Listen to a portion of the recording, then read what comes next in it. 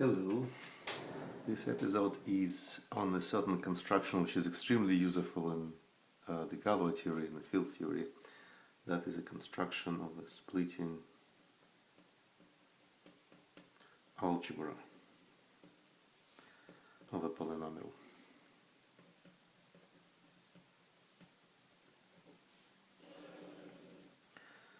That is a universal construction producing the smallest extension of the scalars where all the roots live for a given polynomial.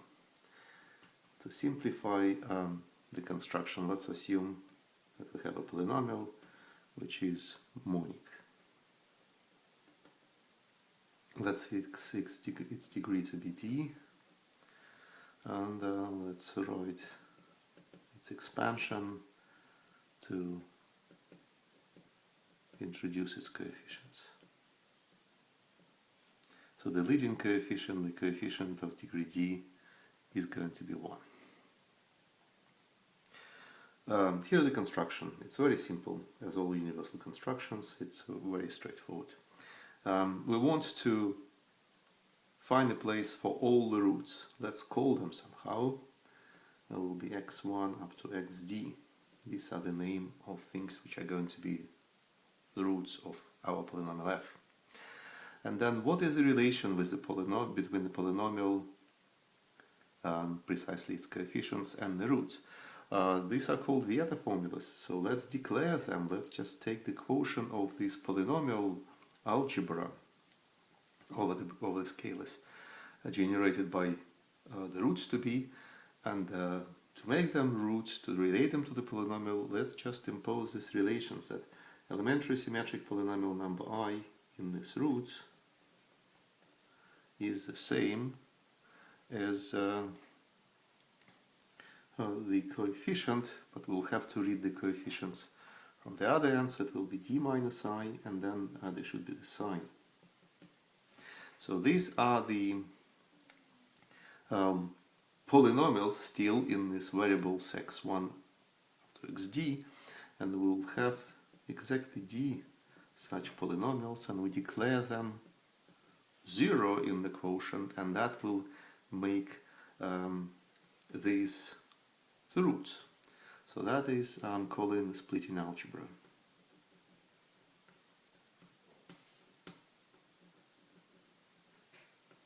Of the polynomial, original polynomial f. I haven't seen it anywhere, so the name is arbitrary. Maybe it's better to call it Vieta algebra, but yes. Okay. So here are some important facts about this construction, about this algebra. Well, first of all, the easiest observation is that the symmetric group acting by permutations of these variables, so the symmetric group SD, is part of the automorphism group of this algebra. Is a subgroup of the automorphism group of the splitting algebra of K. Well, simply because the whole construction is just symmetric with respect to permutations of roots. The permute roots, we don't see it on the level of coefficients. That's basically why. The second is a fact again about this symmetry group, permutation group. If we look at everything which is fixed, if we look at the subalgebra of invariance, we will only see scalars there. Nothing else will be fixed. So to argue that, it's one-line argument if I'm allowed to use the fundamental theorem of symmetric polynomials on symmetric polynomials. So here, how it comes about. We take the invariance, and it is the same as to take the invariance in the polynomial algebra and then quotient them by our ideal equating elementary symmetric and coefficients with signs. So that is because the ideal quotient by is generated by things which are symmetric. Then the fundamental theorem says that this invariant algebra, algebra of invariance is, and again, a polynomial algebra generated by elementary symmetric. And we still are quotienting them by these relations. But what we're doing here is we're taking a polynomial algebra generated by some variables and we making them scalars. So that will be just scalars. The quotient will be just scalars. So that is to justify the second fact. The next fact, which will be useful extremely, is that the dimension of the ground field of this splitting algebra is d factorial. That I'll have to explain some in some other episode, because the one way is just to construct a basis in this quotient, see that it is finite dimensional and the dimension is exactly d factorial. And the last important fact, which again has to be explained some other time, is that this algebra is separable if f is. So if the polynomial we start with is separable, doesn't have multiple roots, but doesn't have a common divisor with its derivative, then the algebra we construct is going to be separable and hence semi-simple.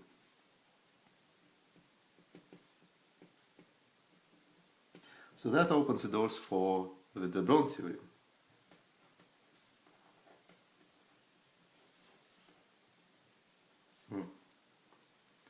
Sorry for this. The de Bruijn theorem says that this algebra is a direct sum of fields. It is a commutative algebra, it is commutative, and it is semi-simple, hence it is a direct sum of fields. By this fact, this algebra has a rather large amount of symmetries, as many as its dimension. That can only happen for the special case of algebras called Galois algebras. So these three together say that our splitting algebra is Galois, maximally symmetric, it has a maximal amount of symmetries. For such algebras, the summands in the de Bruijn decomposition, these fields, will have to be all the same. So that will be just a direct sum of the same field.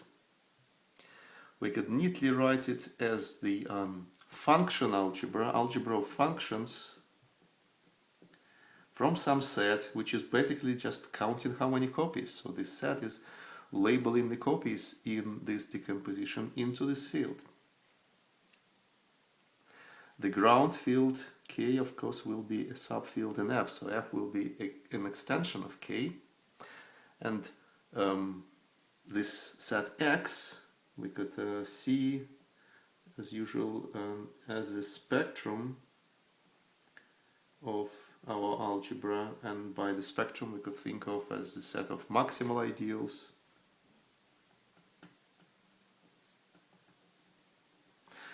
or, say, minimal idempotents. And if we look at what this field F has to be, well, it is an extension of K, and then it is a quotient.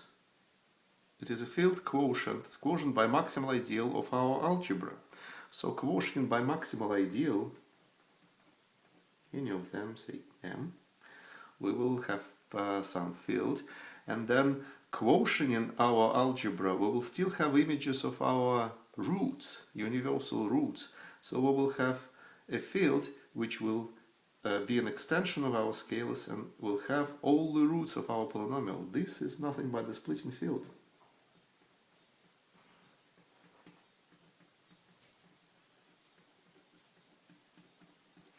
And look what happens.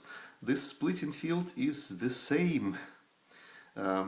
It's not just constructing the splitting field in a very quick way, this construction of the splitting algebra, but also proving that splitting fields will have to be the same, because any splitting field will have to be a quotient of this algebra. This is a universal object where the polynomial splits. And any other place where the polynomial splits will have to have a homomorphism from this into there. So any splitting field will have to be a quotient of this universal algebra, splitting algebra, and they're all the same. They have to be all isomorphic. So we proved not just that the splitting fields exist, but that this splitting field up to isomorphism, it is unique.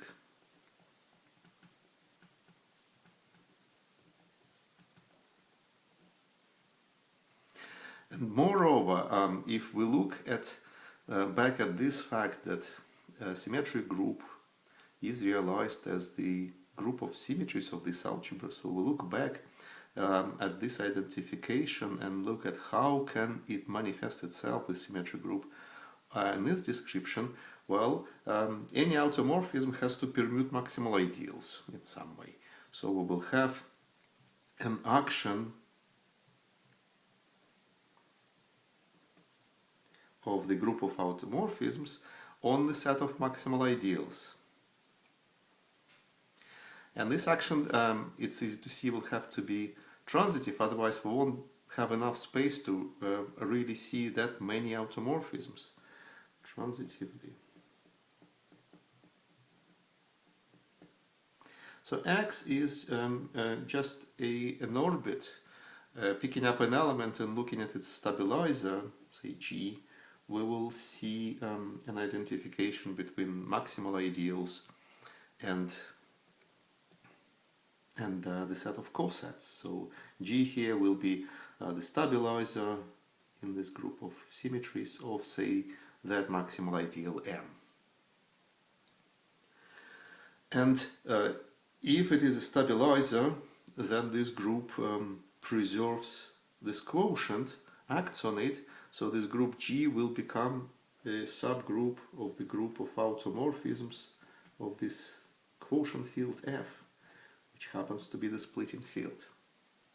So what we see now is that group G is inside the Galois group of our polynomial F, this group of symmetries of the splitting field, and it is also realized naturally as a subgroup of the symmetric group permuting the roots.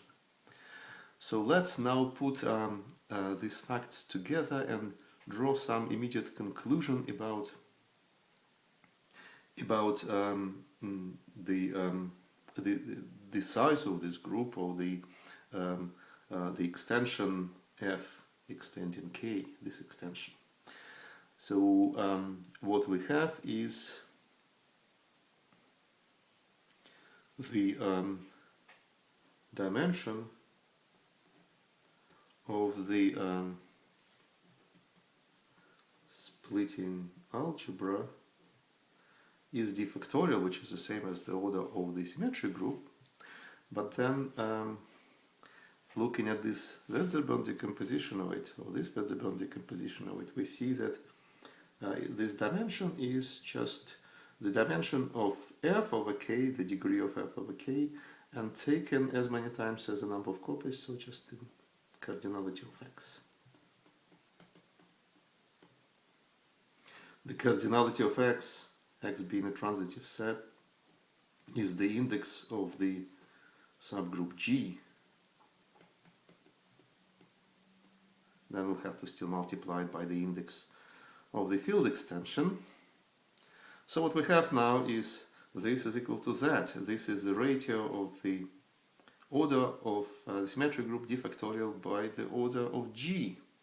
And after we do the cancellation, we have inevitable conclusion that the order of G is the same as the index. So G is a subgroup of the symmetry group of the extension.